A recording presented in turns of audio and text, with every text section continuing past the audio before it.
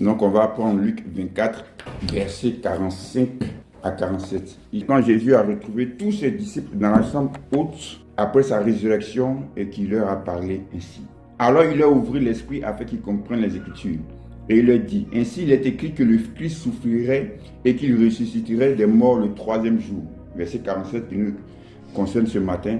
Et que la repentance et le pardon des péchés seraient prêchés en son nom à toutes les nations, à commencer par Jérusalem. On va parler aujourd'hui du concept de la repentance. La dernière fois, j'ai parlé du concept du pardon des péchés dans la Nouvelle Alliance. On a découvert que le pardon des péchés n'est pas dû à notre confession des péchés, n'est pas dû au fait que nous avons tout abandonné, tout délaissé. Le pardon des péchés, c'est un don, c'est une grâce que Dieu nous fait au travers de l'œuvre que Christ a accomplie. Donc le pardon des péchés devait être reçu par la foi. Alléluia. Aujourd'hui, on va parler de la repentance. Pourquoi? Parce qu'il y a beaucoup de mauvaises conceptions, compréhensions, je vais dire, sur le concept de la repentance. Alléluia.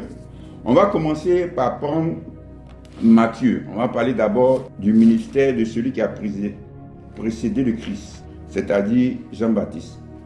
Matthieu 3, verset 2. Donc dans Luc 24, on a lu que Jésus a dit que vous allez prêcher, donnant cette commission à ses disciples ou ses apôtres, vous allez prêcher la repentance et le pardon des péchés. Vous avez vu que Jésus n'a pas dit vous allez prêcher la repentance des péchés et le pardon des péchés. Il a dit vous allez prêcher la repentance et ensuite le pardon des péchés. Gloire à Dieu. Et ici on va voir Jean-Baptiste qui parle, verset 2, il dit repentez-vous car le royaume des cieux est proche. Pour comprendre le concept de repentance, il faut connaître d'abord, par rapport à Jean-Baptiste, il faut connaître d'abord le ministère de Jean-Baptiste. Quel était le ministère de Jean-Baptiste? Jean-Baptiste est venu pourquoi? La Bible déclare que Jean-Baptiste était la voix de celui qui crie dans le désert, qu'il était venu préparer la voie du Seigneur. En d'autres termes, Jean-Baptiste était venu présenter le Messie au peuple d'Israël, au peuple juif. Celui dont les prophètes de l'Ancien Testament avaient prophétisé, avaient annoncé le Christ, le Messie qui allait venir. Jean-Baptiste était venu lui présenter ce Christ-là de façon physique et visible au peuple d'Israël. C'est pourquoi Jésus va dire de tous les gens qui sont nés de femmes, celui qui est le plus grand, c'est Jean-Baptiste. Parce que ce que les gens annonçaient, c'est lui qui les a présentés. Alléluia. Donc Jean-Baptiste avait un ministère particulier. Donc quand Jean-Baptiste dit « repentez-vous », Jean-Baptiste n'est pas en train de dire aux gens de changer de vie. Le mot repentance en grec, c'est métanoïa. Métanoïa, ça veut dire quoi? Métanoïa, ça veut dire changement de pensée. C'est-à-dire, tu te tournes vers, c'est-à-dire, tu étais focalisé sur quelque chose et maintenant, il faudrait que ton focus soit orienté ailleurs. Donc, Jean-Baptiste est en train de dire simplement que maintenant, tournez-vous vers le Messie, vers le Seigneur qui vient, celui qui avait été annoncé, celui qui avait été prophétisé. Il est là. Je suis venu vous le présenter. En réalité, Jean-Baptiste ne s'appelle pas Jean-Baptiste. Jean-Baptiste s'appelle Jean. Mais les gens appelaient Baptiste, pourquoi? Parce qu'il avait un ministère particulier de baptiser les gens d'eau. Maintenant, la question qu'on se pose, pourquoi Jean baptisait d'eau? Pourquoi il a fait de ça son ministère de façon particulière? Lisons Jean chapitre 1 pour comprendre. C'est Jean-Baptiste lui-même qui parle. Après les avoir dit, voici l'agneau de Dieu qui ôte le péché du monde. On va lire à partir de là même, à partir du verset 29. Jean 1, verset 29 à 34. Vas-y. Le lendemain, il vit Jésus venant à lui, et il dit, voici l'agneau de Dieu qui ôte le péché du monde. C'est celui dont j'ai dit, après moi vient l'homme qui m'a précédé, car il était avant moi. Je ne le connaissais pas, mais c'est afin qu'il fût manifesté à Israël que je suis venu baptiser d'eau. Je ne le connaissais pas, mais c'est afin qu'il fût manifesté, il soit présenté à tous Israël que je suis venu baptiser d'eau. Vas-y. Jean rendit ce témoignage. J'ai vu l'Esprit descendre du ciel comme une colombe et s'arrêter sur lui. Je ne le connaissais pas, mais celui qui m'a envoyé baptiser d'eau, celui-là m'a dit, celui sur qui tu verras l'Esprit descendre et s'arrêter, c'est celui qui baptise du Saint-Esprit. Amen. Je l'ai vu et j'ai rendu témoignage. Donc Jean-Baptiste dit, moi mon ministère, celui qui m'a envoyé à exercer son ministère, donc Dieu, m'a dit que je dois venir présenter le Messie au peuple d'Israël. Mais je ne le connais pas. Je ne sais pas qui c'est. Mais il m'a dit, bon, voici ce qui va t'aider à pouvoir l'identifier. Tu vas baptiser les gens d'eau. Lorsque tu vas prêcher, ils vont accepter ton message. Tu vas les baptiser d'eau.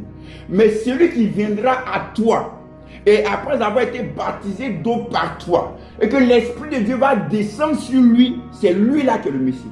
C'est pourquoi à chaque fois que vous allez voir dans le livre des Actes des Apôtres, qu'on va reprendre la phrase de Jean-Baptiste, il va dire, moi je vous baptise d'eau, mais celui qui vient après moi, c'est-à-dire le Messie, lui vous baptisera du Saint-Esprit. Donc le baptême d'eau de Jean-Baptiste était l'image, était d'abord un pour identifier le Messie, et le deux, c'était l'image de ce que Jésus-Christ allait venir faire de façon figurée. C'est-à-dire, moi je baptise d'eau, mais lui vous baptise de l'Esprit. Alléluia. Donc Jésus t'a déjà baptisé de l'Esprit. Amen. Parce que tu as cru en lui. Donc le baptême d'eau était une représentation, était une illustration. Est-ce que vous comprenez ce que je suis en train de dire? Donc ici, Jean-Baptiste dit, le royaume de Dieu est proche, repentez-vous. Donc la repentance c'est ici, tournez-vous vers le Seigneur, parce qu'il est là, parce qu'il arrive, parce que je vais vous le présenter. Est-ce que vous comprenez ce que je suis en train de dire? Vous savez, lorsque j'ai commencé mon ministère en tant qu'évangéliste, on avait des brochures qu'on partageait aux gens lorsqu'on les rencontrait dans les rues, tout.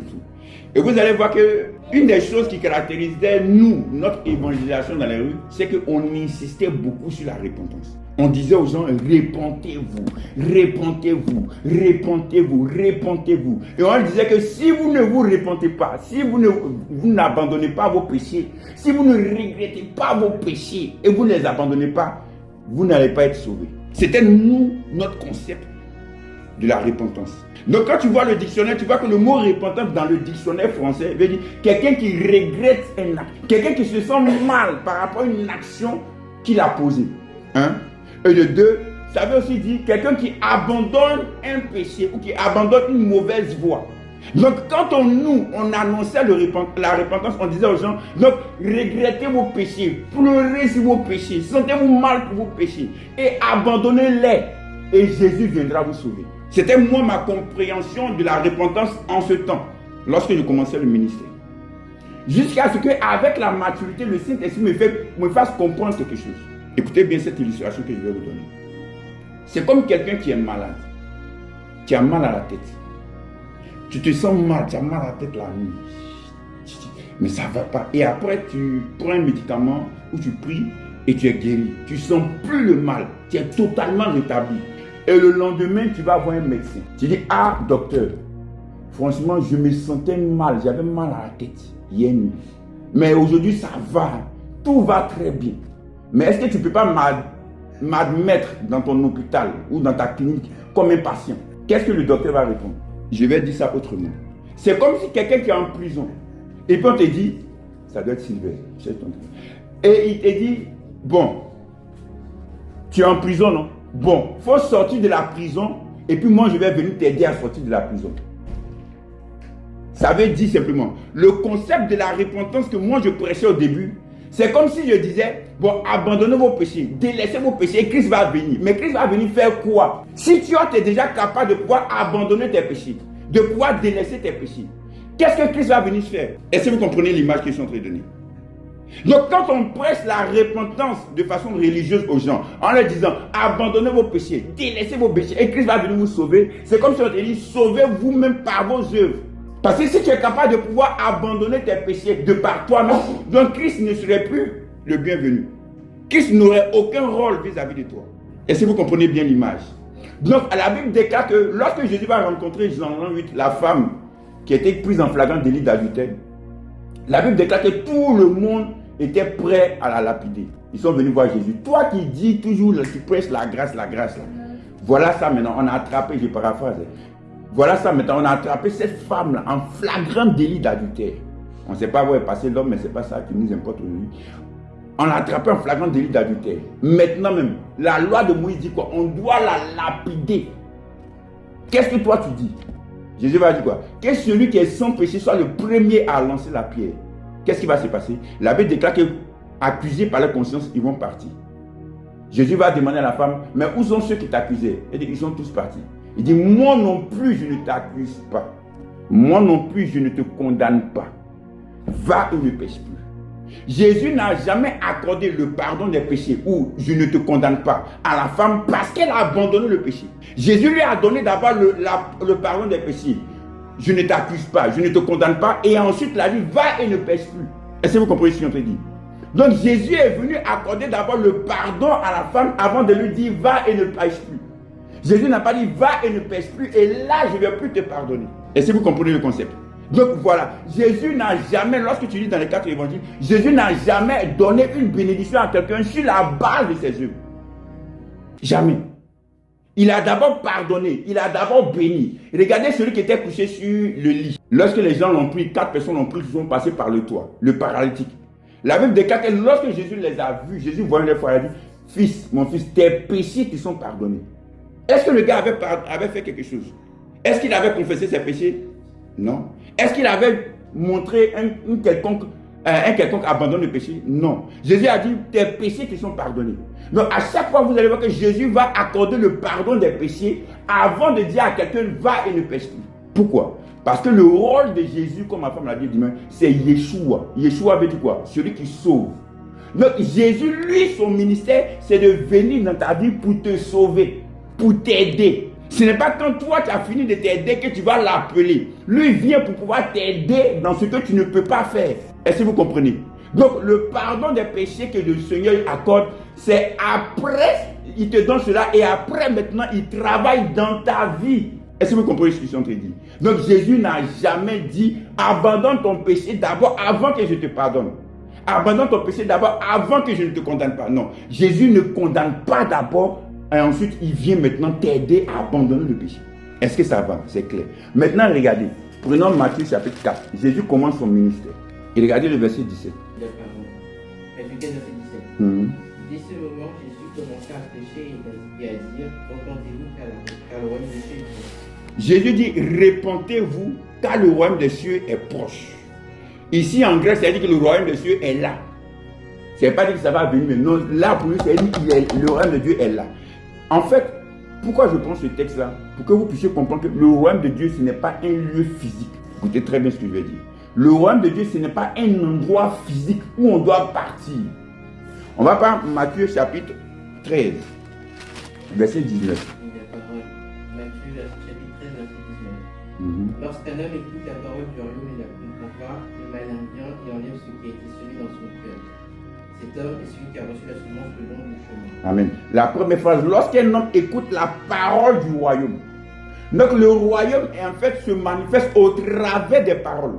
Le mot royaume vient d'un mot grec qui dit basilia.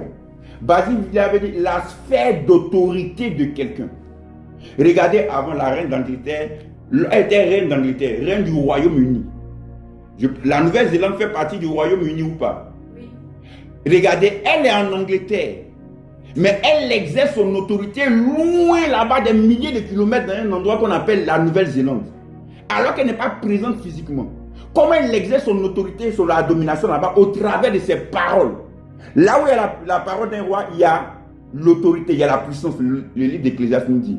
Donc, le royaume, c'est là où quelqu'un exerce son autorité, où son autorité arrive, où son autorité se manifeste. Donc, Jésus est en train de dire ici, le royaume dont il est question se manifeste au travers des paroles. Suivez bien ce que je suis en train de dire. Donc, le royaume de Dieu, c'est au travers des paroles ou du message de Jésus. Donc, en quelque sorte, quand Jésus dit repentez-vous, c'est dit tournez-vous vers moi, tournez-vous vers mon message. Est-ce que vous comprenez? Tournez-vous, écoutez mon message, ma parole, c'est tout. Puisque moi, je suis le Messie. Donc, tournez-vous vers moi. Alléluia. Vous allez voir que des 4 évangiles, il y a une seule personne qui n'a jamais utilisé le mot repentance, ni le mot se repentir. C'est Jean. Jean n'a jamais utilisé le mot repentance ou le verbe se repentir. Pourquoi? Vous allez voir que les 4 évangiles ont été écrits en fonction de quelque chose, que l'auteur de l'évangile voulait présenter aux gens. Regardez, Matthieu, il va écrire l'évangile de Matthieu pour présenter, il va mettre beaucoup l'accent sur les enseignements de Jésus. Pourquoi? Parce qu'il voulait présenter Jésus comme étant le Messie à Israël. Matthieu a plus écrit au peuple d'Israël. C'est pourquoi il va faire beaucoup de références au texte de l'Ancien Testament. Amen. Marc, il va présenter Jésus comme un simple serviteur. Donc un serviteur, c'est celui qui est toujours en action, qui est toujours en train d'agir. C'est pourquoi l'évangéliste Marc, il va beaucoup mettre l'accent sur les actions, sur les miracles de Jésus. Lui qui va présenter Jésus comme un simple homme, comme Dieu qui est devenu homme, donc comme un homme, il va beaucoup mettre l'accent sur l'humanité de Jésus. Donc c'est pourquoi il va faire référence à beaucoup de fois le Fils de l'homme, le Fils de l'homme. Mais Jean, l'histoire chrétienne nous dit que Jean a été le dernier à écrire son évangile. Et quand Jean écrivait son évangile, la révélation de l'œuvre de Christ, de la rédemption de Christ, avait déjà pris de l'ampleur au travers du ministère de Paul. Jean a écrit son évangile après tous les livres, toutes les épîtres que Paul avait été écrits. Donc il a écrit son évangile maintenant avec la révélation.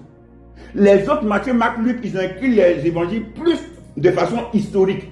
Ils vont écrire l'histoire de Jésus, l'histoire de ses parents, l'histoire de son parcours.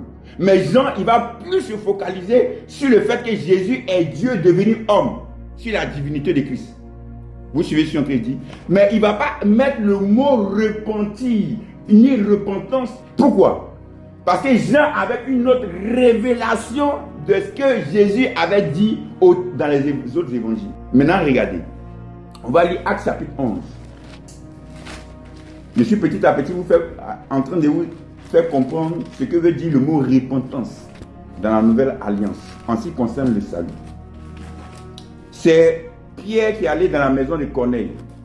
On connaît tous l'histoire, je suppose. Corneille, un ange va se révéler à lui. Il va chercher un certain Pierre qui est à Jaffa, ce qu'on appelle Jaffa aujourd'hui. Avant, c'était la ville de Jopé.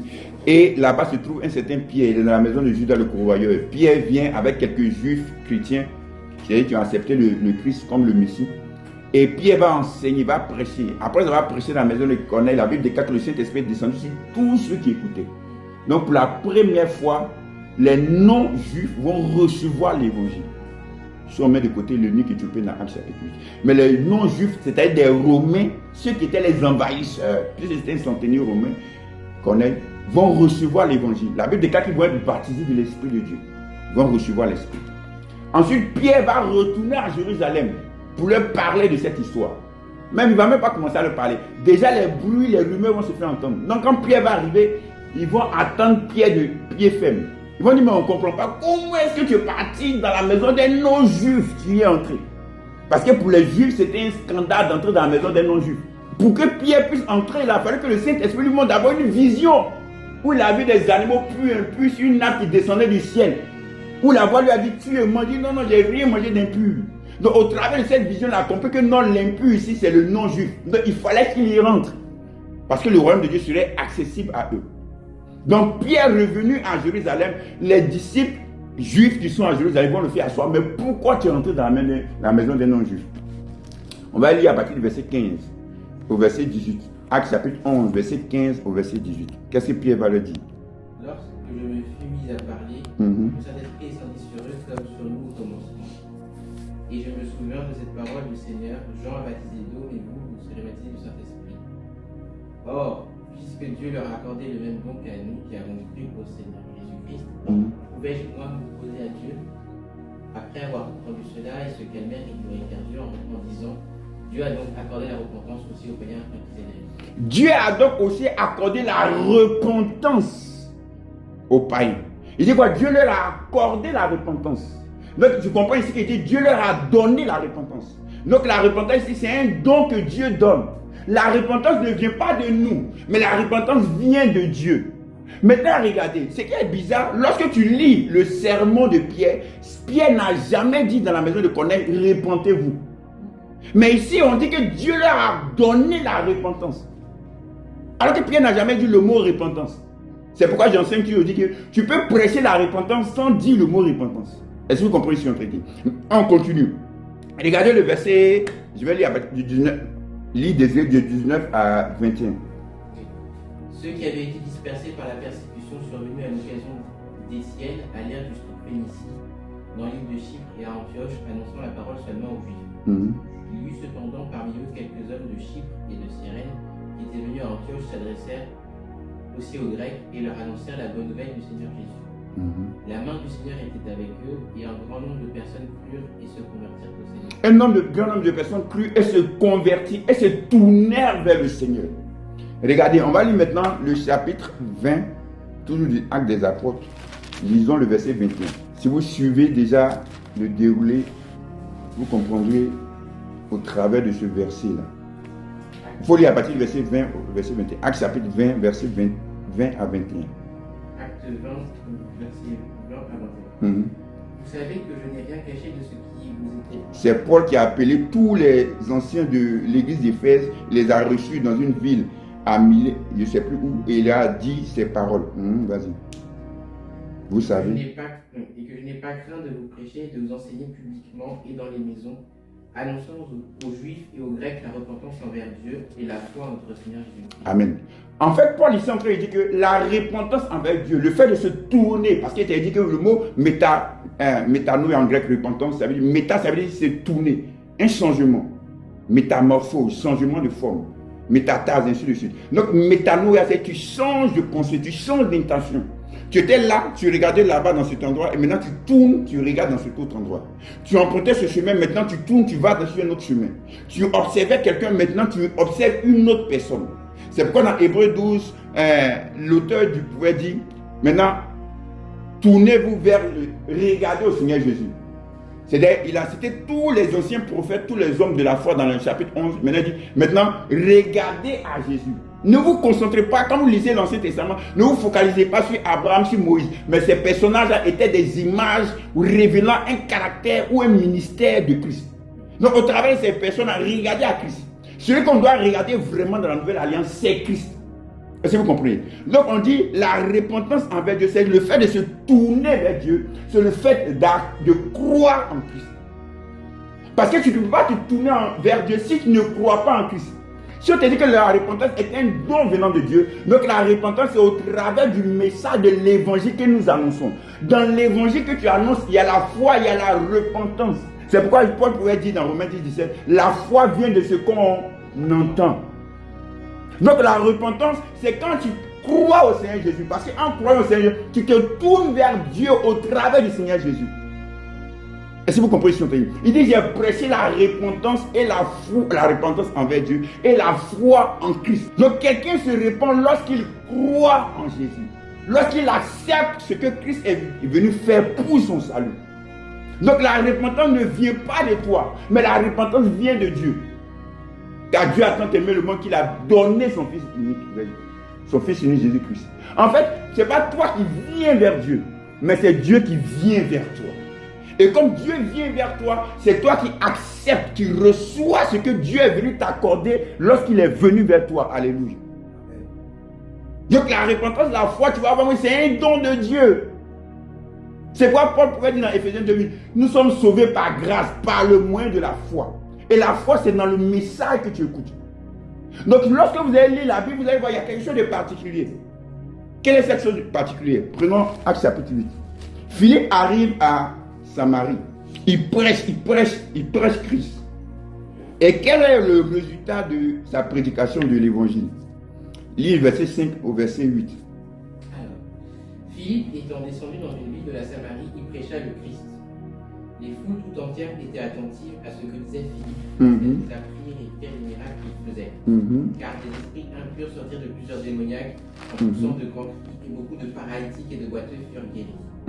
Et il y eut une grande joie dans cette ville. Amen. Et il y eut quoi? Quel est le résultat? Il y eut une grande joie. En réalité, écoutez-moi bien ce que je vais dire. En réalité, lorsqu'on prêche l'évangile, le fruit, lorsqu'on a accepté, c'est quoi? C'est la joie qui nous gagne. Parce qu'on a compris que nous sommes sauvés par grâce, par le moyen de la foi. Donc quand tu entends le message de l'évangile, il y a la joie qui résulte en toi. Ce n'est pas la peur, ce n'est pas la tristesse. On peut regretter par rapport à un péché qu'on a fait. On peut regretter par rapport à une action qu'on a faite. Mais ce n'est pas ça la repentance selon l'évangile. La repentance selon l'évangile, lorsque tu acceptes Christ, il y a une joie qui vient en toi. Il y a une paix qui vient en toi. C'est tellement indescriptible qu'on a du mal même à pouvoir expliquer ce genre de choses. On dit qu'il y a une grande joie qui s'est manifestée. Regardez Actes chapitre 16. C'est Paul et Silas qui sont dans une ville. Ils ont mis la main sur eux, on les a jetés en prison. Ils ont demandé aux geôliers, aux gardiens de la prison de veiller sur eux. Mais la nuit, pendant que Paul et Silas étaient en train de prier, adorer Dieu, chanter des cantiques, on dit qu'il y a eu un tremblement de terre extraordinaire et les portes de la prison se sont ouvertes. Et le geôlier voulant se suicider, après Paul a dit non, ne te suicide pas, personne n'est sorti, personne ne s'est enfui, nous sommes encore là. Et ensuite le geôlier va poser cette question à Paul et Silas, verset 30 à verset 34. Acte 16, verset 30 à 34. Il les fit sortir et dit, Seigneur, que faut-il que je fasse pour être sauvé? Paul et Silas répondirent, crois au Seigneur Jésus-Christ et tu seras sauvé, toi et ta famille. Et ils lui annoncèrent la parole du Seigneur ainsi qu'à tous ceux qui étaient dans sa maison. Il les prit avec lui à cette heure même de la nuit, il lava leurs plaies et aussitôt il fut baptisé, lui et tous les siens. Les ayant conduits dans son logement, il leur servit à manger et il se réjouit avec toute sa famille de ce qu'il avait fait en Dieu. Et il se réjouit avec toute sa famille. Le fruit de l'esprit dans Galates 5, c'est quoi? Il y a aussi la joie. Il n'y a pas la tristesse, il y a la joie. Donc lorsque l'évangile est annoncé en ce qui concerne le salut, la repentance par rapport au salut produit la joie en toi. Pourquoi? Parce que c'est la foi. Lorsque tu reçois, lorsque tu crois au message de l'évangile, il y a une joie, il y a une paix indescriptible qui est en toi. Alléluia. Donc la repentance par rapport au salut que nous prêchons n'est rien d'autre que le message de l'évangile. C'est pourquoi Romains 2, verset 4 dit ceci.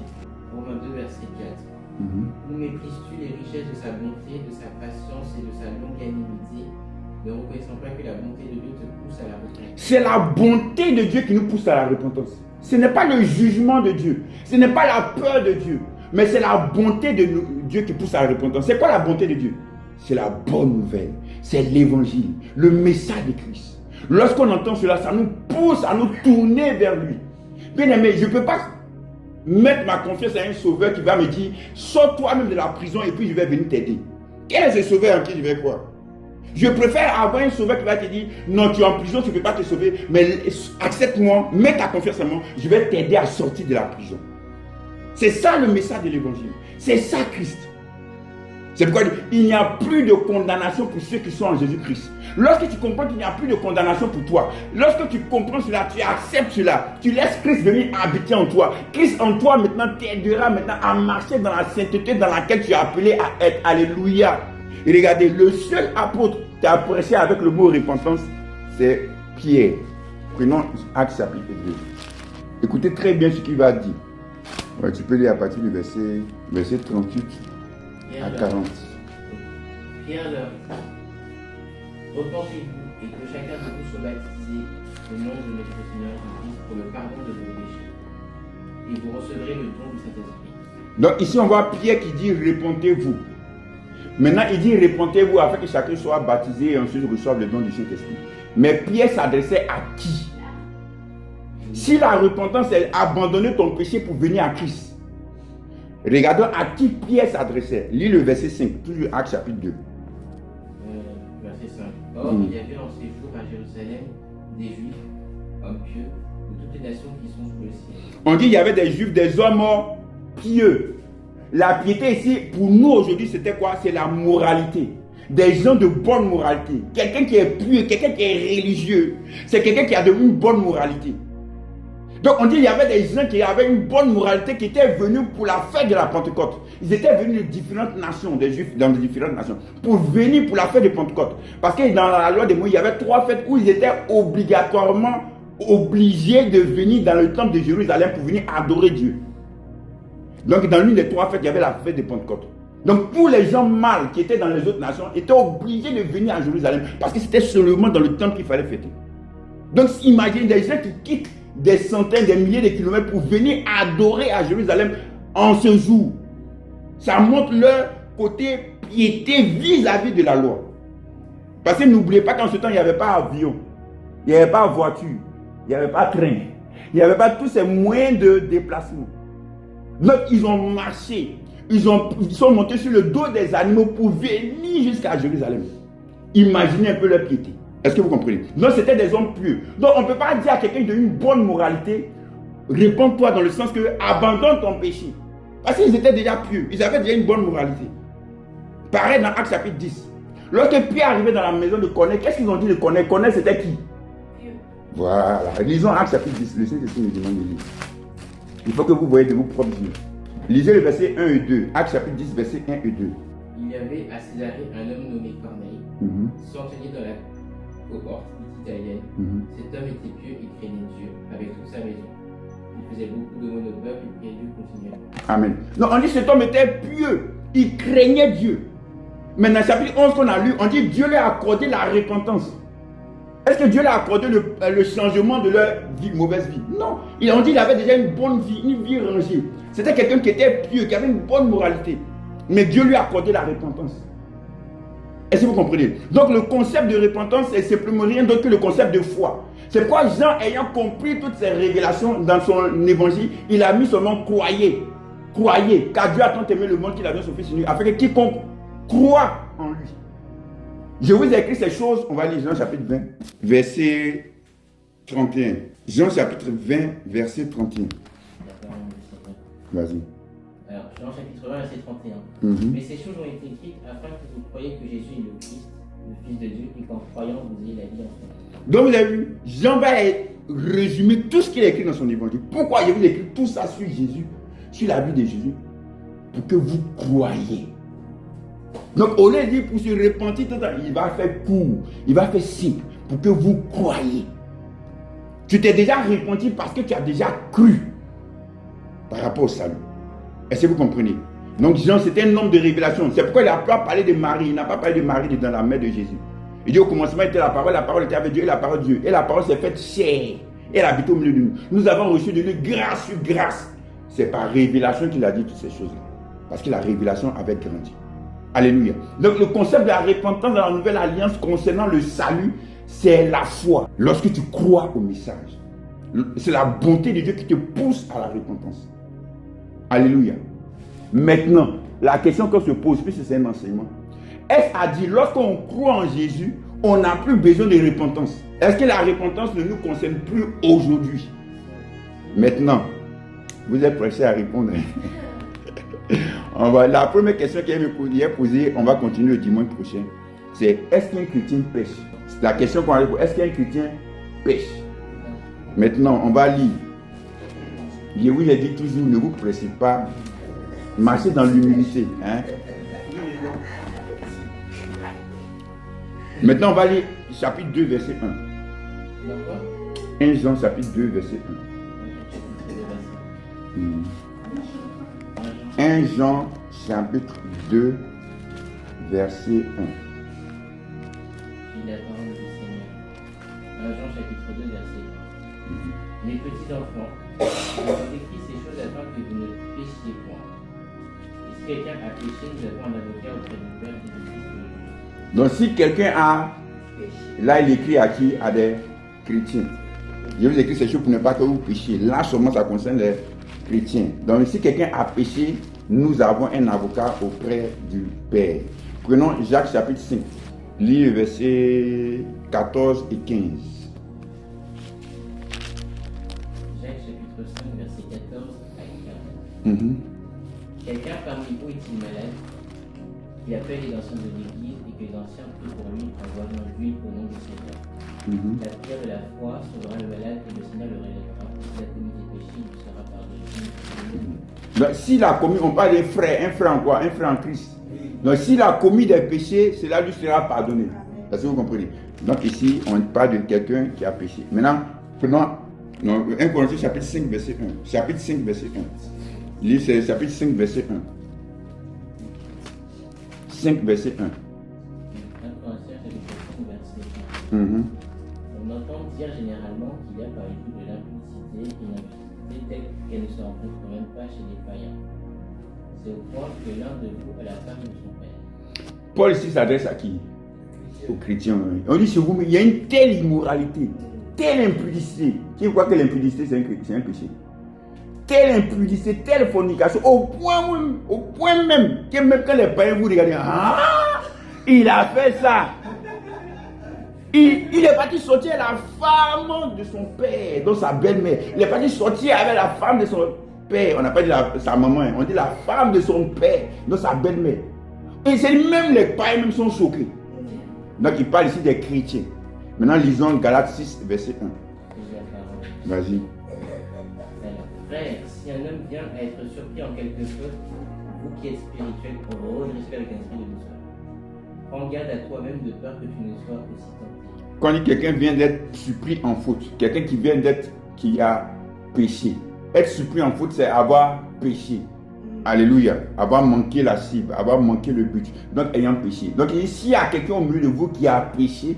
Vous qui êtes spirituel, redressez-le avec un esprit de douceur. Est-ce que vous comprenez? Est-ce qu'un chrétien peut pécher? Pêche. Est-ce qu'un chrétien peut pécher? Vous avez peur ou non? D'accord. Regardez, je vais terminer par 2 Corinthiens 7. Non, ne vous inquiétez pas, le Saint-Esprit va nous faire du bien. Amen. Amen. Le dimanche prochain, on va revenir dessus, sur ce concept. Il faut lire 2 Corinthiens 7, verset 8.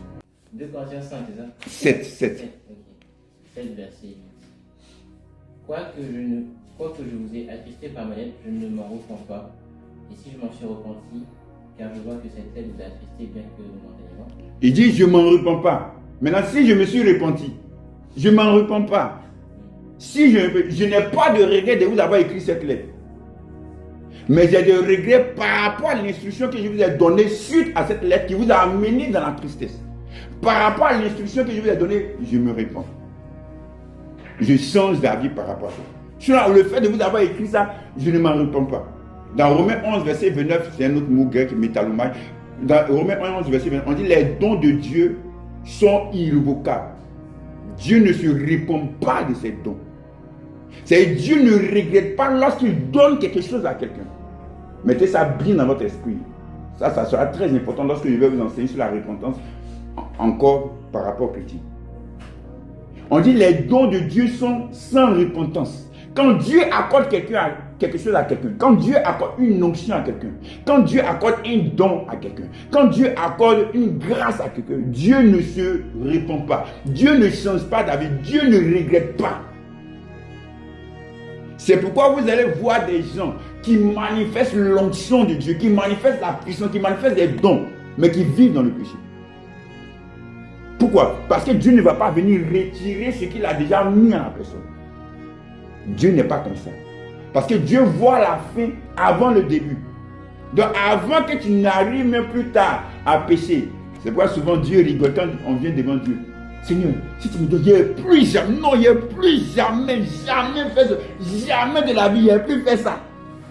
Je ne vais plus mentir, je ne vais plus jamais regarder la télévision. Chaque vendredi, je vais gêner, Seigneur, je te jure, donne-moi l'onction, cette onction pour guérir les malades, pour les miracles.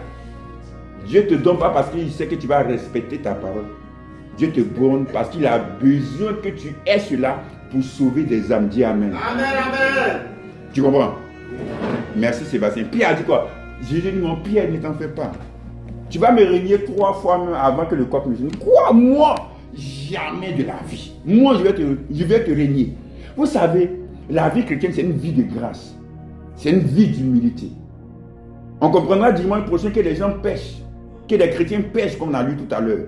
Nous, notre rôle, ce n'est pas de les condamner. Ce n'est pas de les culpabiliser. Notre rôle, c'est de les aider à sortir de ce péché-là. Amen. Pourquoi? Parce que nous sommes sauvés par grâce. Ce n'est pas à cause de nos forces, ce n'est pas à cause de nos actions, ce n'est pas à cause de ce que nous faisons. Mais c'est parce que Christ a fait, accompli que nous sommes sauvés. Donc on ne doit pas regarder les autres avec beaucoup de mépris. Mais on doit regarder les autres avec beaucoup de compassion. C'est pourquoi je pense que ma femme a suscité Dieu a suscité ma femme un peu pour amener les gens à ne pas avoir ce ministère de condamnation dans les églises.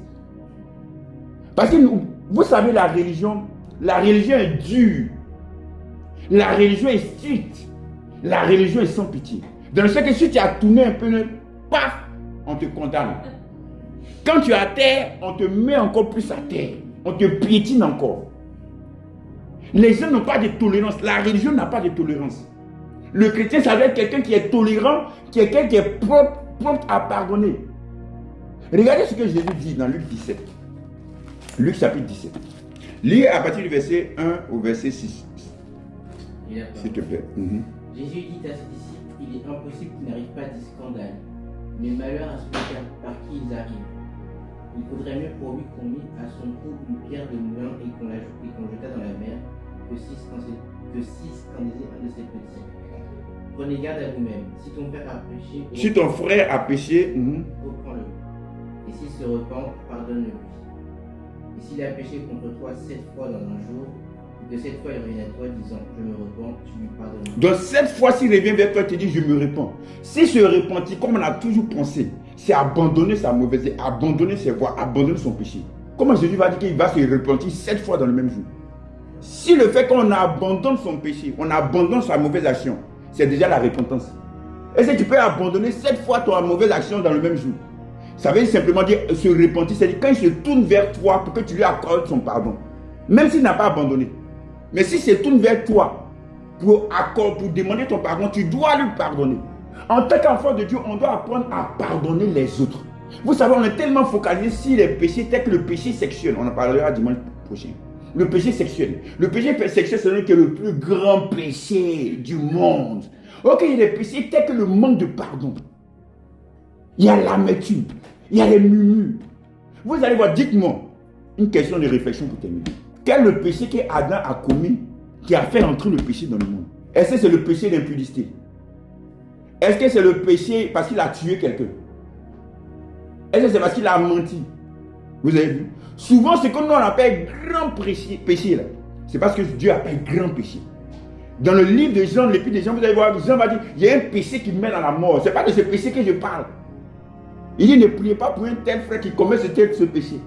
C'est quoi le péché qui mène à la mort? Est-ce que vous comprenez? On en parlera en détail le dimanche prochain. Est-ce que vous comprenez? Donc, pour nous, c'est ça. Donc, vous comprenez au travers de ce que Sébastien dit. En fait, ce n'est pas ces péchés. Il y a le péché et il y a les péchés. Les péchés ne sont rien d'autre que la conséquence, le résultat du péché. Et ce qui mène à la mort, ce qui mène à la mort éternelle, ce qui mène dans les temps de feu, ce ne sont pas les péchés. C'est le péché. Le Saint-Esprit, lorsqu'il viendra, il vous convaincra de péché. Il ne vous convaincra pas de vos péchés, mais du péché. Est-ce que vous comprenez ce que je suis en train de dire? Donc c'est comme ça. Donc on doit être tolérant. On doit amener les gens à vivre leur identité en Christ, à jouer de leur héritage en Christ, tout en les aidant, tout en les soutenant, tout en les supportant. Alléluia. Si je vois mon frère Samuel qui est tombé, il dit à Samuel, ce que tu as fait, c'est pas bien. C'est bien sûr notre devoir de dire que ce qu'il a fait n'est pas bien. Ce que tu as fait, c'est pas bien. Mais nous sommes là, on va t'aider, on va te soutenir, on va prier pour toi, pour que tu puisses te relever et marcher et aller de l'avant.